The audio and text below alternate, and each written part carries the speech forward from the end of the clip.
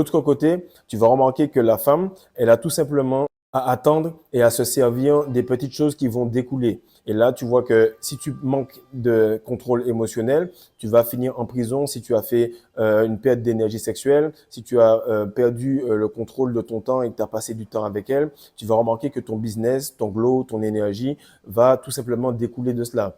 Beaucoup de gars vont arriver en relation, vont être complètement secs, complètement forts, avoir les abdos et tout. Et lorsqu'ils vont se mettre dans cette relation, ils vont shifter leur focus vers la femme. Le but de la relation, c'est de rester un célibataire pour que la femme puisse rester vers toi. Car automatiquement, pour qu'elle puisse rester avec toi, il faut que tu lui montres que tu n'es pas tout simplement focus sur elle et que tu lui montres que ta mission, que toi-même, que le fait de devenir la meilleure version de toi-même est la chose la plus importante. Et ce qui se passe, c'est que les autres femmes, le voyant, vont remarquer ce glow, ils vont venir vers toi. Beaucoup de gars pensent que la rétention, c'est la finalité. Mon frère, la rétention, c'est pas la finalité. La réalité est que tu dois tout simplement être en relation et garder ton essence. À ce moment-là, tu as un glow qui attire les femmes de l'extérieur et qui fait que la femme qui est avec toi regarde cela et se dit, OK, si les autres le veulent, moi qui le voulais déjà, je le veux encore plus.